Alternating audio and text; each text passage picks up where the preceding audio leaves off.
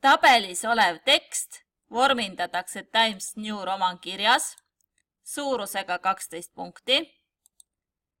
Kasutatakse ühekordset reasammu ja vahet 6 punkti enne lõiku ja 6 punkti pärast lõiku.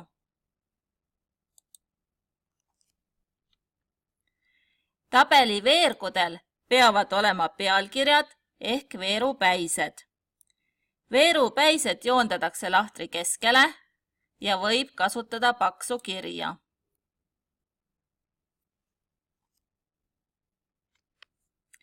Juhul, kui tegu on suure tabeliga ja osa sellest läheb järgmisele lehele, vajutan mõned korrad Enterit, et seda katsetada.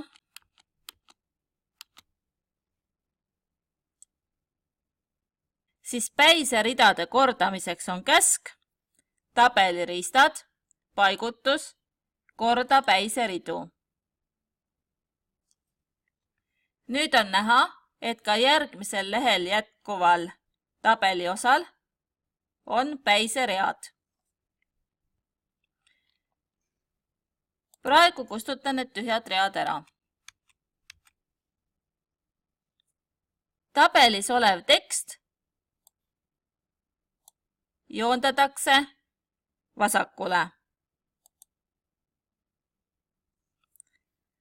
Arvud joondatakse keskele või paremasse serva, kuidas paremini sobib.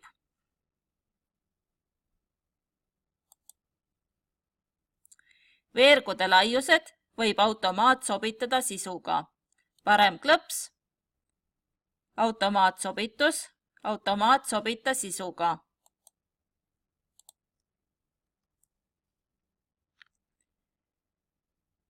Tabelit nummerdatakse ja pealkirjastatakse. Selleks märgistan tabeli, valin viited, lisapealdis. Kirjeldustekstiks valin tabeli. Paigutus peab olema valitud üksuse kohale.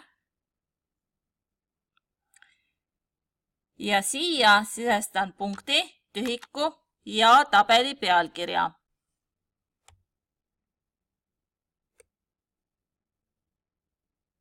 Ja okei. Juhul, kui pealdise vorming ei ole sobiv, siis muudan pealdise laadi. Avaleht, laadid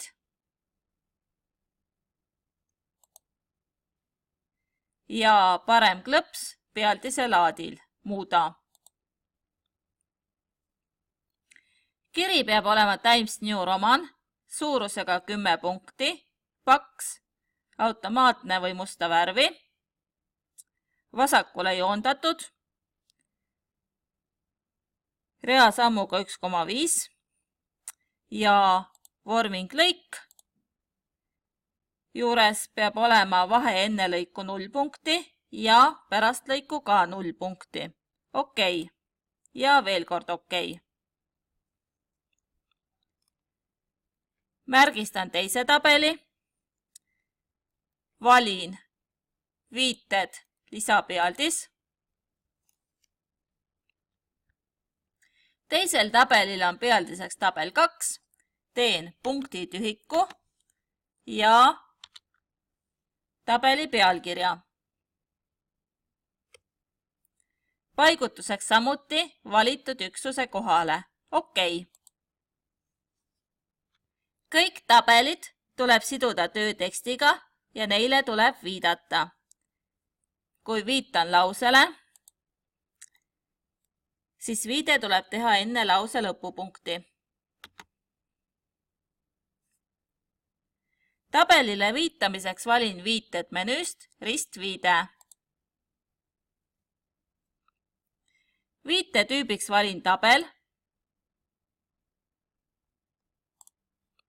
Lisatavaks viiteks ainult kirjeldustekst ja number.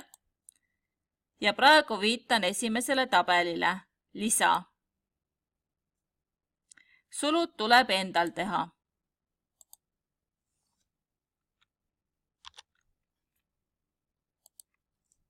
Viitan ka teisele tabelile.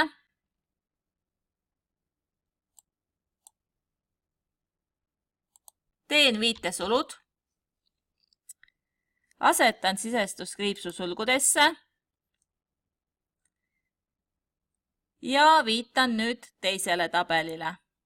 Lisa ja sule.